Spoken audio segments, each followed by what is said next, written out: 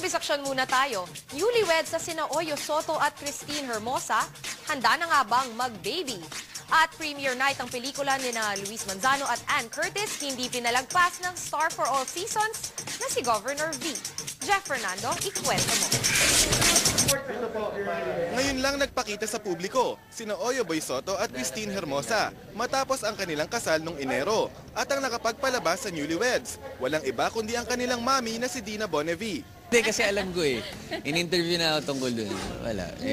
At least nandito kami ngayon di ba? So we're here to support you. And syempre, di ba?